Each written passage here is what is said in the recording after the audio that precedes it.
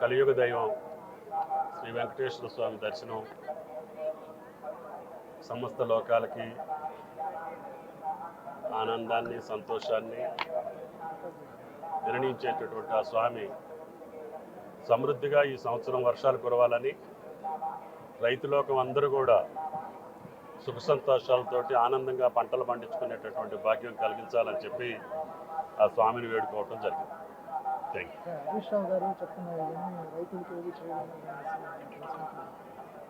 ఈ పవిత్ర స్థలంలో రాజకీయాలకు సంబంధించి మాట్లాడటం మంచిది కాదు.